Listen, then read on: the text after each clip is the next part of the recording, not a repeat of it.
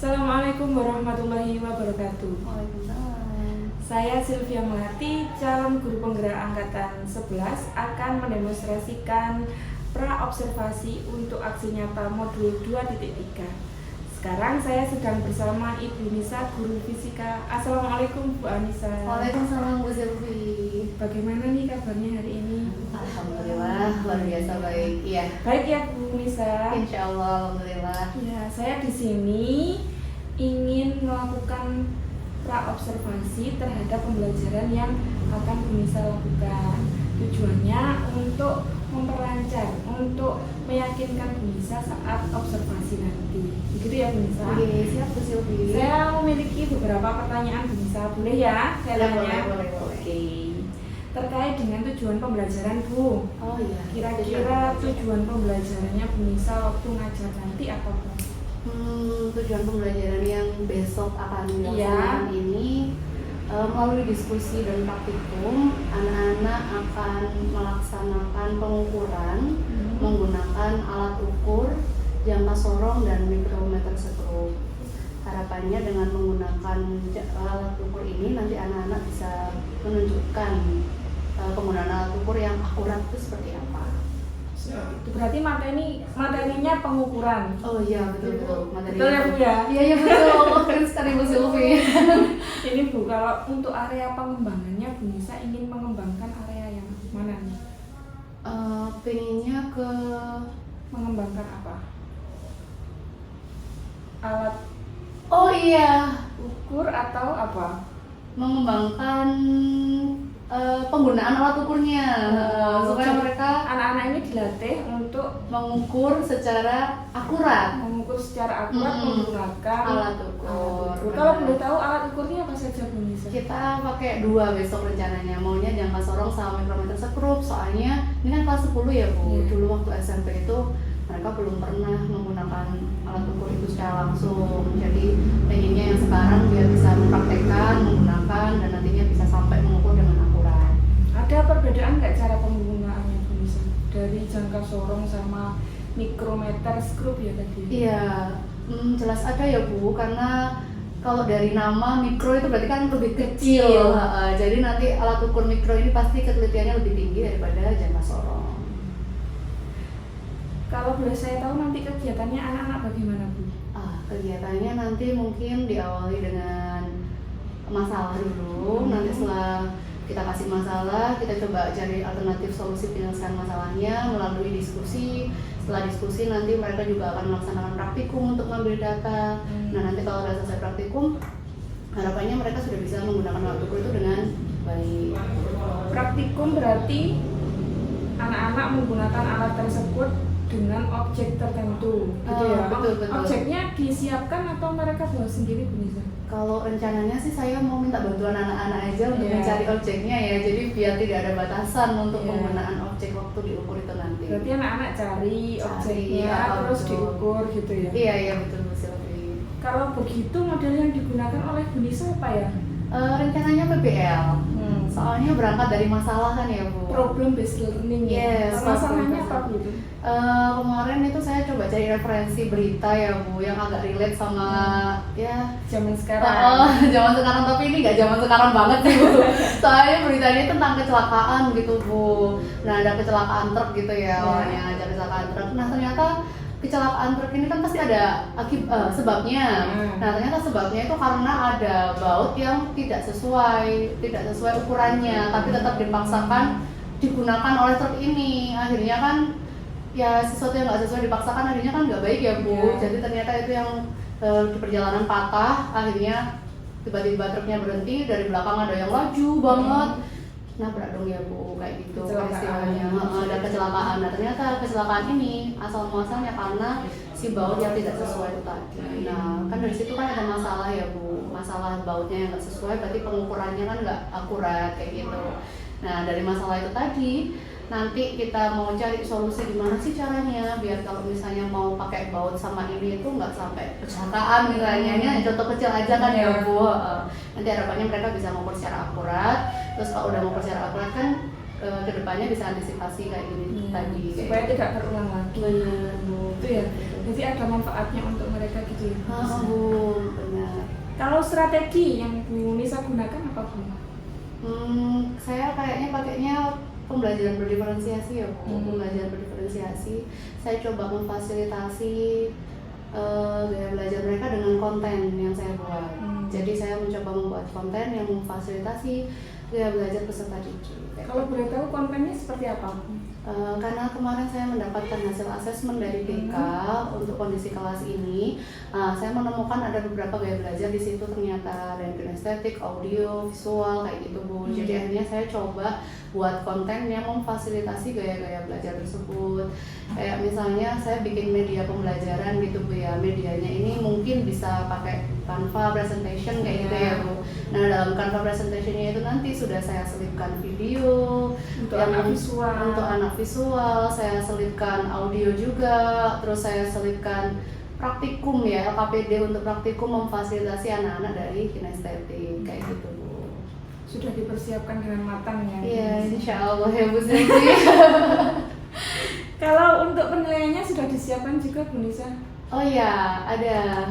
Nanti mungkin ada ranah sikap waktu mereka praktikum itu saya nilai keliling gitu Bu, saya keaktifan, terus kemandiriannya mereka, gotong royongnya waktu diskusi itu saya nilai waktu mereka praktikum saya keliling gitu Bu.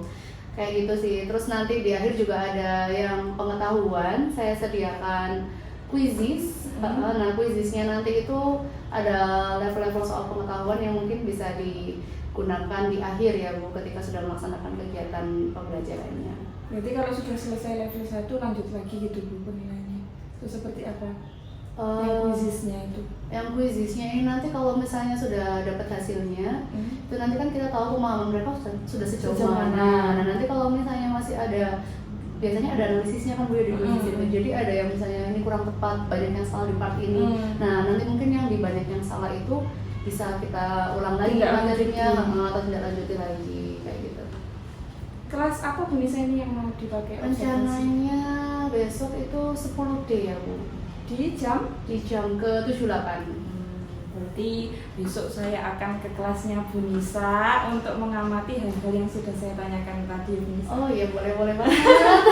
Semoga yang sudah direncanakan terlaksana dengan baik gitu Bu Nisa. Ya amin Ibu Silvi. Terima kasih, sampai jumpa besok Bu Nisa. Iya sama-sama. Warahmatullahi wabarakatuh. Waalaikumsalam warahmatullahi wabarakatuh. Selamat siang anak-anak. Masih semangat yang luar biasa. Masih dong. Hari ini kita akan mempelajari materi baru, ya kan? Materi baru kita tentang pengukuran dalam kehidupan sehari-hari, termasuk besaran dan akurasi dalam pengukuran. Oke. Kemarin kan sudah pernah belajar tentang akurasi sedikit kan? Nanti kita mantepin lagi hari ini. Nah, apa nih? Ini ada sekilas ice breaking ya kan? Sekilas ice breaking supaya kalian lebih siap lagi dalam belajar. Boleh ya kita praktekkan sama-sama? Boleh. Banget boleh. Kita coba ya. Ini ada tepuk 1 sampai 5. Mungkin udah ada yang pernah belajar ya kayak gini. Kita coba aja. Kalau tepuk 1 berarti kalau 2 kanan kiri. Kalau 3 kanan kiri atas. Kalau 4 kanan 2 kiri 2. Kalau 5 begitu keren ya. 2 4 bisa ya? Bisa. 1 2 3 4 5 3 kali tepuk 5.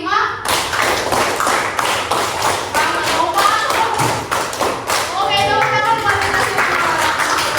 harusnya kalau lihat di tepuknya pas itu nadanya kita bisa ngomong banget loh. Yang lain kali kita coba ya. Oke, and then sekarang kita masuk ke materi sedikit. Udah pernah nggak? Oh ya lumayan lah. Coba diperhatikan tiga pembuatan keras di samping. Siapa yang bikin kelasnya? Alfir. Alfir. Ini lebih begitu daripada Alfir sih. Lebih daripada Alfir sih. Ini anak-anak kecil, kalian pernah seusia mereka kan? Lucu banget gak lu?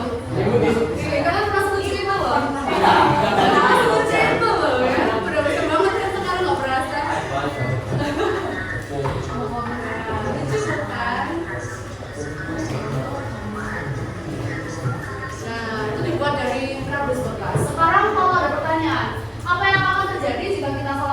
panjang atau lebarnya saat membuat proyek kerajinan kain ini? Setiap sisinya tidak sama, terus bentuknya jelek, berbeda, akan jauh dari ekspektasi yang kita harapkan. Ya sih, akhirnya karyanya bagaimana? Kayak ini nggak bagus gitu ya, nggak sesuai dengan yang diharapkan. Bagaimana dengan yang ini? Kelihatan nggak itu apa nak? Ya. Ini ada satu peristiwa kecelakaan ya. Ini ada satu peristiwa kecelakaan di Indonesia. Di mana? Kalian tuh baru yang di tahun kemarin itu ya. Yang baru di tahun kemarin. Tapi ini bukan yang di tol itu. Ini ada kecelakaan satu peristiwa. Si truk ini lajunya kencang. Pas lajunya kencang, ternyata dia tiba-tiba berhenti. Di belakangnya ada mobil yang lajunya kencang juga. Kalau ada mobil yang tiba-tiba berhenti di depannya, yang belakang sudah laju kencang, apa yang terjadi? Siapa? Tentang ini apa? Iya ya, akhirnya kan nabrak ya, keluar gitu kan ya. Kaget kan tapi mobilnya ya Dimas.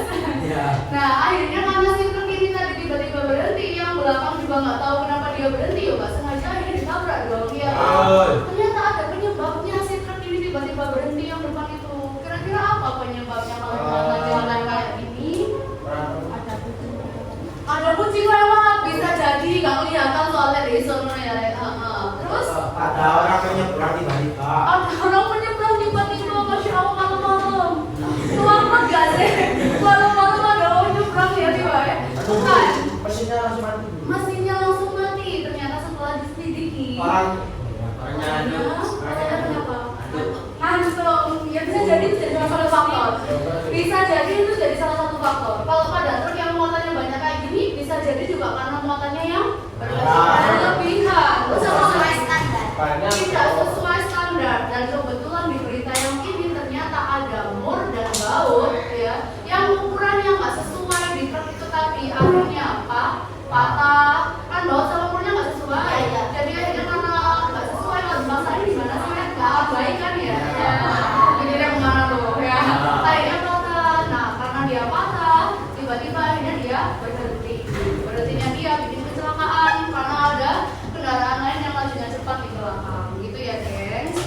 Nah, supaya kita bisa memastikan ukuran baut dan umur yang sesuai itu bagaimana, itu akan kita pelajari pada pertemuan hari ini. Tujuan pembelajaran kita anak-anak, nanti kalian akan melalui diskusi kelompok, melalui pengerjaan praktikum, kalian akan melakukan pengukuran yang akurat, yang tepat, supaya menghindari kesalahan-kesalahan seperti yang ada di berita sebelumnya. Karena pengukuran memang sepenting itu loh ternyata, ya nggak sih? Kalau kita bisa melakukan pengukuran yang akurat, kita bisa antisipasi kejadian-kejadian kayak tadi itu sejak dini, gitu ya. Nah, pada pertemuan sebelumnya kita itu udah pernah membahas alat-alat ukur dan fungsinya. Coba kita lihat kembali. Ayo kita lihat kembali. Nah, bisa dilihat ini ada apa aja nah? Timbangan massa, neraca awal, sama timbangan balita. Biasanya di mana balita ini? Ya di rumahnya lah, balita di mana? Timbangan balita baru di posyandu, ya kan? Nah ini biasanya digunakan untuk mengukur massa. And then yang ini ada meteran gulung, jangka sorong, sama mikrometer sekrut. Ini biasa digunakan untuk mengukur panjang. Itu yang akan kita coba pelajari hari ini, cara mengukurnya. Tapi sebelum ke jangka sorong sama mikrometer sekrut, coba dilihat yang ini. Pernah ukur pakai penggaris? Bisa dong, berarti mengukurnya? Bisa. Coba itu berapa hasilnya? Gak kelihatan. Gak kelihatan. 14 apa? 14 cm. Nah, panjangnya itu merupakan besaran, sentimeter merupakan satuan. Sampai sini clear? Clear. And then, kalau kalian tahu panjang itu adalah besaran, sentimeter itu satuan, jadi apa itu besaran? Besaran adalah. Jadi apa itu besaran?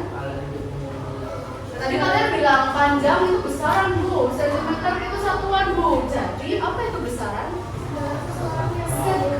Sesuatu pintar jawab yang drastis, oke? Segala sesuatu yang bisa diukur dan bisa kita nyatakan dengan angka.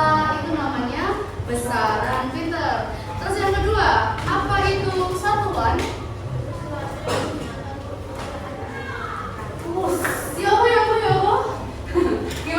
Gimana?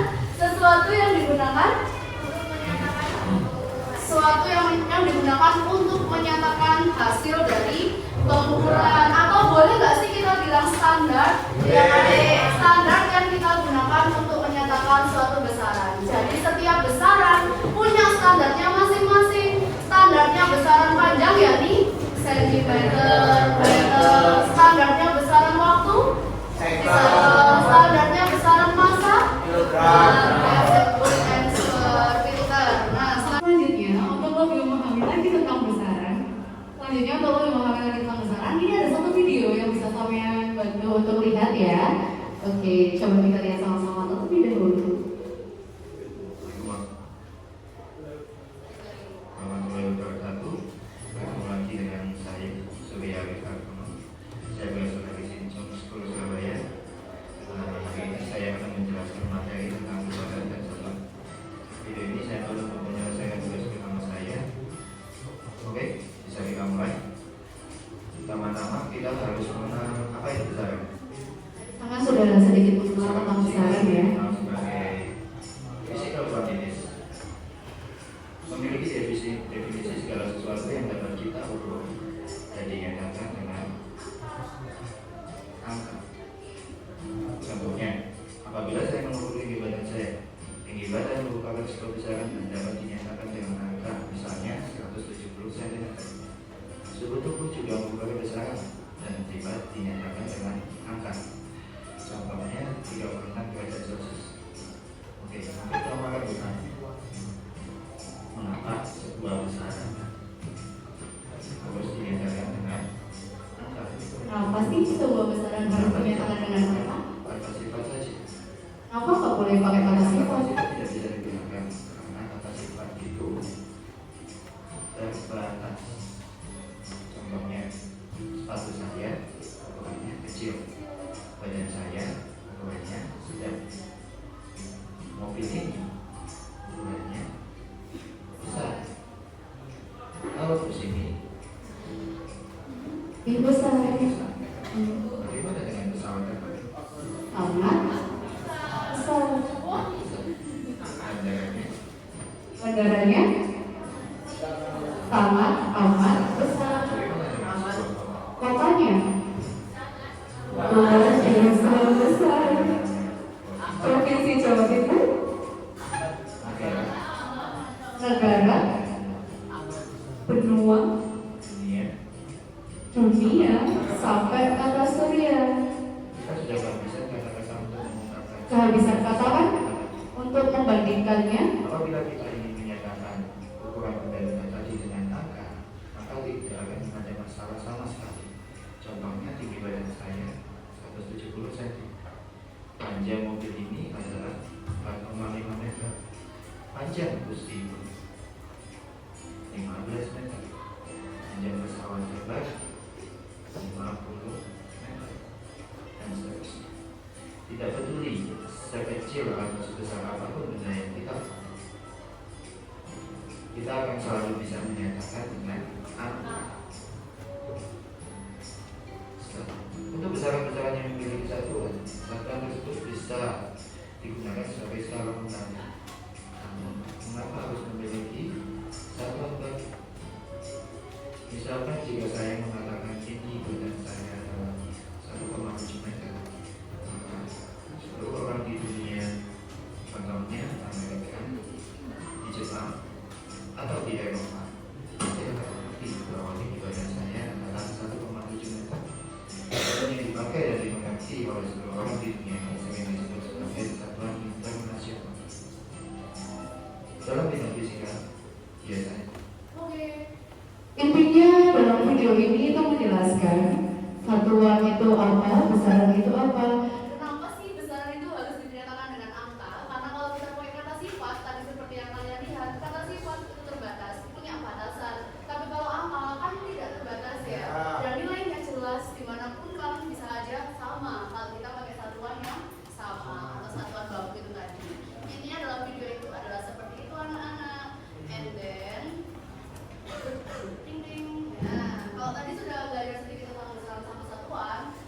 juga bisa reminder lagi ya, besaran itu kan ada dua, besaran pokok sama besaran turunan. Besaran pokok itu yang satuannya sudah ditetapkan terlebih dahulu, ada 7, PWI suka maju, panjang masa waktu suhu, kuat arus, intensitas cahaya, dan jumlah zat. Sisanya selain 7 besaran pokok yang ada di sini itu masuk di besaran turunan. Pintar dan sebut dan suara. Nah sekarang kita balik ke masalah yang awal tadi. Bagaimana mengukur benda-benda yang kecil? Bahwa bangunan yang tadi kita lihat itu kan berfungsi untuk menyatukan dua komponen alat secara tidak permanen, ya kan? Sehingga ketika dua komponen alat tersebut dipisahkan, kedua komponen tersebut dapat dipisahkan dengan mudah tanpa mengalami kesulitan. Tapi kita tetap harus cari yang ukurannya sesuai supaya bisa pas gitu maksudnya digunakannya, gitu ya. Nah, untuk mengukur benda-benda yang kecil tadi, kita bisa menggunakan dua alat ukur. Melihat nanti ya, kalau misalnya lulus dari SMA, mungkin aja ada yang mau masuk jurusan teknik misalnya. Teknik, apalagi teknik otomotif, biasanya cowok-cowok itu suka teknik otomotif ya kan. Jangan seorang sampai pada sektor ini nanti akan kalian temui lagi. Itu bagaimana Bu, yang kami yang tidak mau masuk teknik otomotif gitu, ngapain belajar ini Bu, gitu ya. Ya nggak apa-apa, kan sebagai bentuk antisipasi awal kita, ya kan. Kayak kejadian-kejadian yang tidak diinginkan tadi, kalau kita bisa mengukur secara akurat, kita bisa antisipasi hal-hal semacam itu. Oke? Bisa dipahami? And then coba kita lihat jangka sorong. Ini cara ukurnya jangka sorong ya guys. 5 tahun kemudian.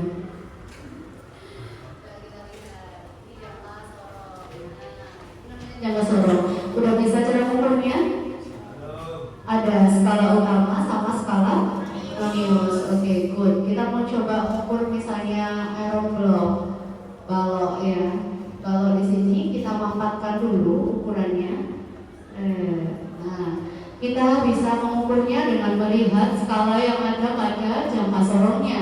Ini ada dua skala, yang atas adalah skala utama, yang bawah skala radius. Oke, sekarang kita mau membentuk kelompok anak-anak. Kelompok ini dibentuk berdasarkan gaya belajar kalian dulu di awal pembelajaran. Sebelum kalian mulai pembelajaran, kalian melaksanakan tes diagnostik. Nah, ini keluar hasilnya. Dan akhirnya bisa kelompokkan kalian secara heterogen berdasarkan gaya belajarnya sampean. Tapi tetap heterogen, jadi nggak kinestetik sama kinestetik terus gitu ya. Oke, ini ada kelompok pertama, bisa dilihat ada Andini, Nadif, Mariam, Rafa, Patricia. Terus yang kelompok kedua ada Amira, ada Hirwa, ada Friel, Zaskia, Raci, sama Yafi. Kelompok tiga ada Dimas, Ayu, Mahya, Riza, Rasya. Kelompok 4 ada Safita, Wildan, Dewika, Firza, Alvin. Kelompok 5 ada Sofi, Prinet, kemudian ada Ibu Rizky. Kelompok 5 ya Rizky, Fitri sama Febri. Kelompok 6 Saputra, Ihsan, Zakia, Sitira sama Naura. Kelompok 7 ada Mazam, Anindita, Naufal, Firza sama Arsi. Ada yang belum ada namanya di sini? Udah ada semua, oke, itu bisa bantu penempatan kelompoknya. Kelompok 1, kelompok 2, kelompok 3, kelompok 4, kelompok 5, kelompok 6, kelompok 7. Dalam hitungan ke-15 harus sudah dengan kelompoknya masing-masing. 1, 2. Yang sudah duduk dengan kelompok kalian masing-masing, boleh dibantu di scan barcode yang di depan ini. Ini adalah LKPP yang akan kita kerjakan. Sampean dengan kelompok kalian, guys.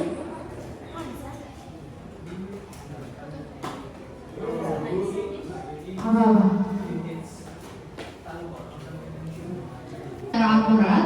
Terus ada masalah kontekstual itu yang terjadi di industri otomotif tadi sama di kegiatan sekolah. Kita ada masalah, kita mau cari solusinya di sini sekarang. Nah itu ada instruksinya di situ. Kalian bisa kerjakan LKPD-nya 4-6 orang. Diskusikan bersama. Ini ada bagian-bagiannya. Kalau yang bagian pertama cukup dijawab pertanyaannya saja karena sudah dibantu menyampaikan materinya sedikit oleh Bu Nisa tadi. Terus di yang bagian kedua kalian mulai praktikum.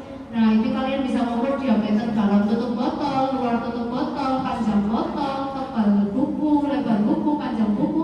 Kalau buku punya semua kan ya? Punya. Pastikan setiap kelompok punya 1 botol berarti sekarang. Pastikan setiap kelompok punya 1 botol. Nah nanti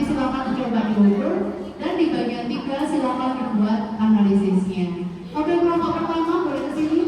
Kelompok pertama. Ini. Kelompok pertama. Kelompok kedua. Kelompok ketiga. Sudah.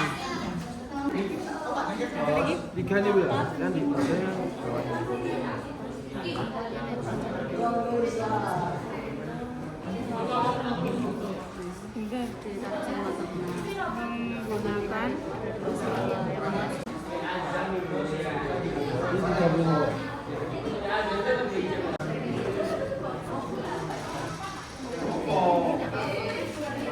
rapat.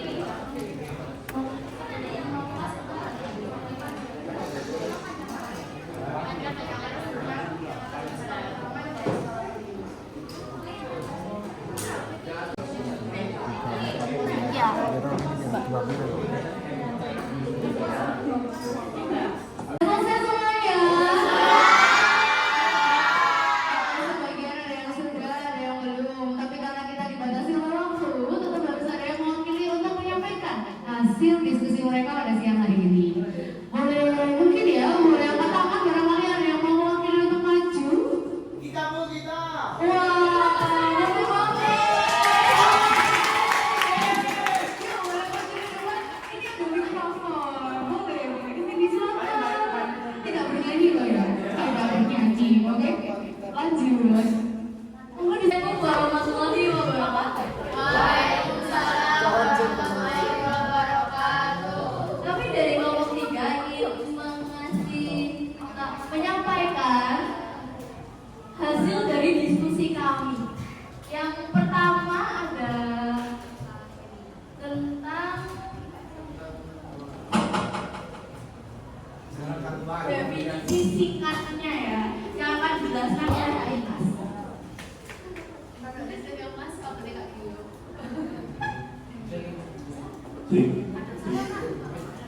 Nah, teman-teman, misalkan adalah segala sesuatu yang dapat diukur dan dinyatakan dengan angka.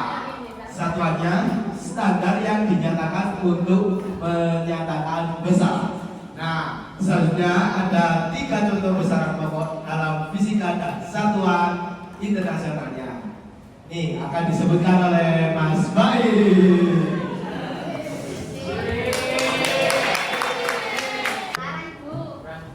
kurang keras, Bu.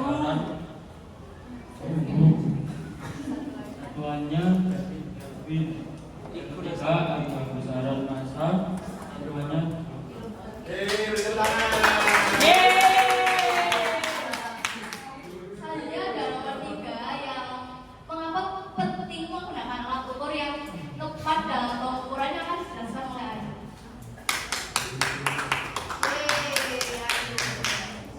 Mengapa penting menggunakan alat ukur yang tepat dalam pengukuran? Yaitu untuk meminimalisir kesalahan dalam menentukan hasil ukur yang tepat.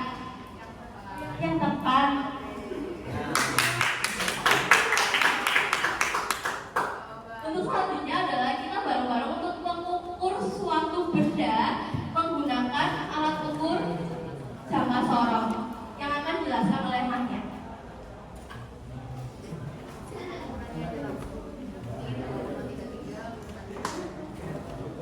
Jadi yang untuk borong hasil untuk jangka sorongnya hasilnya adalah 2,33 cm dan menggunakan lingkar itu 2,3 cm. Untuk mikrometer strukturnya tidak bisa. Yang kedua adalah diameter luar untuk borong. Itu kalau mikrometer stroke itu tidak bisa, menggunakan jangka sorong itu hasilnya 3,11 cm. Untuk misal 2,9 cm.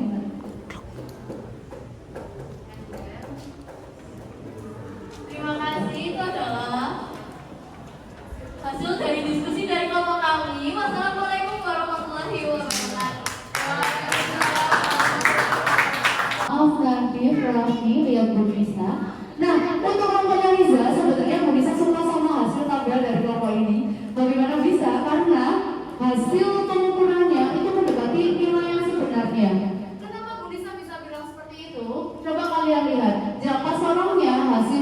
2,33 cm.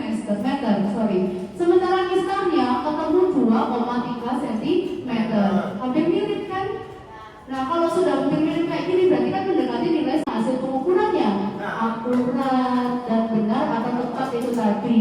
Jadi datanya sampean harusnya ketika mengukur tadi kurang lebih seperti ini, tidak jauh berbeda. Karena kalau berbeda berarti akan timbul kesalahan-kesalahan yang di luar kuasa kita itu tadi. Oke? Ceritakan apa yang sudah kita pelajari pada siang hari ini yang bisa boleh yang katakan? Ada poinnya. Oh, tadi udah mau gini tapi gini lagi. Yuk coba disampaikan. Bisa mau mencoba? Jadi yang pertama itu tadi kita itu sudah belajar tentang besaran dan satuannya. Nah, lalu yang kedua itu kita juga mengetahui bahwa kita itu harus mengukur atau melakukan pengukuran dengan tepat agar tidak terjadi kesalahan. Lalu Tepuk tangan buat Mirza. Terima kasih Mirza karena sudah menyampaikan hasil pembelajaran kita. Jadi Mirza tadi bilang kalau sudah mulai memahami bagaimana cara mengukur yang tepat dan akurat, serta sudah bisa memahami juga besaran-besaran dan satuan yang kita coba praktekkan pada siang hari ini. Oke, untuk mengakhiri kegiatan kita anak-anak, bisa minta bantuan untuk kalian mengerjakan kuisis. Oke. Nih, boleh dibantu HP-nya dikeluarkan. Ini cuma bentar kok. Satu soalnya cuma 20 detik. Satu anak satu sih. Satu anak satu.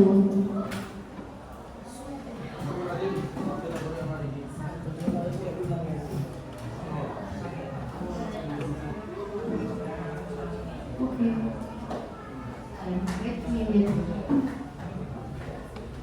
Nah, silakan dikeluarkan HP-nya terus mau nyoba join live quizzes.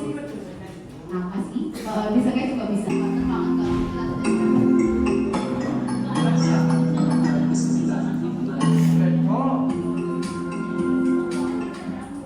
It counts to be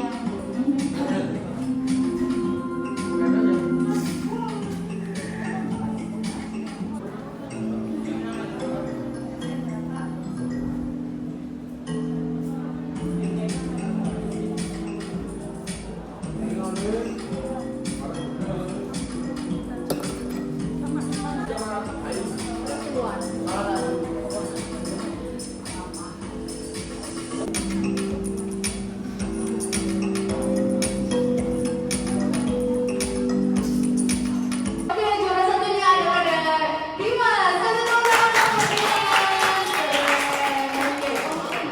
Iya, rewardnya nyusul ya Mas Dimas. Rewardnya nyusul. Oke, terima kasih untuk partisipasinya anak-anak kelas 10D. Dan terakhir, Bu Nisa tadi ngasih link ke Riza. Bu Nisa tadi ngasih link ke Riza. Itu adalah link Padlet. Bisa sama yang datang misi nantinya. Link Padletnya ada di Riza. Itu sebagai evaluasi kegiatan pembelajaran kita pada siang hari ini. Terakhir dari Bu Nisa, anak-anak, Bu Nisa izin pamit undur diri. Terima kasih atas partisipasinya kelas 10D. Semoga 10D makin pintar. Amin. Saya juga pamit undur diri. Assalamualaikum warahmatullahi wabarakatuh. Waalaikumsalam warahmatullahi wabarakatuh. Terima kasih Bu Nisa. Doakan kami sukses. Kami sayang Bu Nisa. Assalamualaikum warahmatullahi wabarakatuh, Bu Nisa. Waalaikumsalam Bu Silvi. Wajahnya tampak sumringah sekali. Alhamdulillah ada sedikit kelegaan Bu Silvi. Berarti perasaannya bagaimana, Bu Nisa? Cukup senang sih, cukup lega. Kenapa kok lega tadi, Bu Nisa? Ya, soalnya sudah melaksanakan kegiatan pembelajaran Bu Silvi. Iya. Sudah puas belum, Bu Nisa? Kalau dibilang puas, cukup puas lah. Karena saya merasa sudah melaksanakan langkah-langkah pembelajaran yang sudah sempat saya sampaikan ke jenengan kemarin. Kalau boleh diceritakan, tadi bagaimana? Sudah sesuai dengan perencanaan atau belum? Kalau dari langkah-langkah pembelajaran yang sudah disiapkan kemarin sama yang sudah saya sampaikan ke jenengan, sebenarnya sudah urut langkah-langkahnya, langkah-langkah pembelajarannya itu sudah sesuai. Dimulai dari menyajikan masalah, setelah dapat masalah mereka coba cari solusinya sama-sama dengan kelompoknya. Habis diskusi kita tanya jawab dan presentasi, setelah itu baru diakhiri dengan kuis, penguatan dan kuis. Berarti sudah terlaksana semua ya rencananya. Sudah terlaksana, alhamdulillah. Kalau untuk model pembelajaran kemarin kan milihnya PBL ya Bu? Iya, Gimana? PBL. Sudah terlaksana juga? Kalau dari sintak atau langkah model PBL saya rasa juga sudah terlaksana ya Bu Sylvie. Kan diawali dengan menyajikan masalah, menyediakan masalah dulu ke anak-anak. Saya sudah sampaikan juga masalahnya, sudah saya tunjukkan ada masalah di sekitar kita.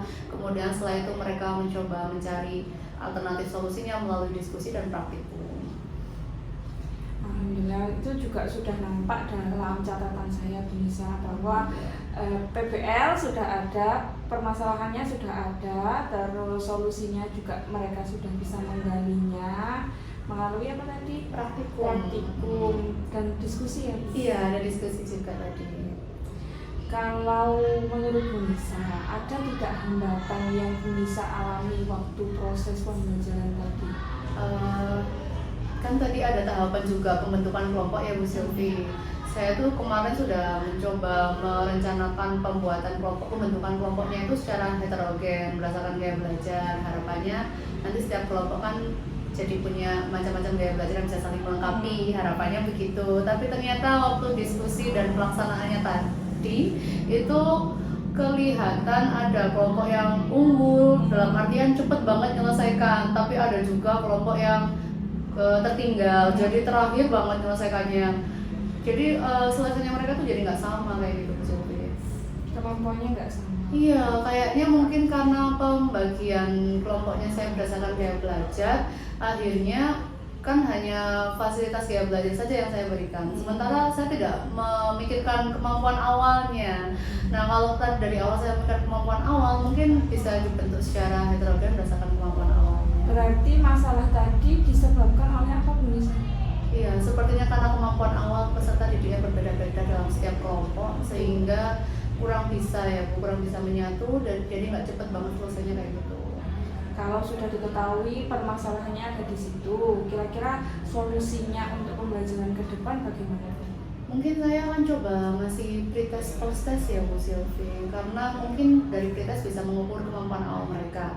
Seenggaknya dari hasil pretestnya itu tadi, kalau mau membentuk kelompok lagi, bisa kita olah hasil pretestnya menjadi untuk digunakan sebagai pembentukan kelompok ke depannya. Sehingga kelompoknya heterogen pun tetap berdasarkan kemampuan awal.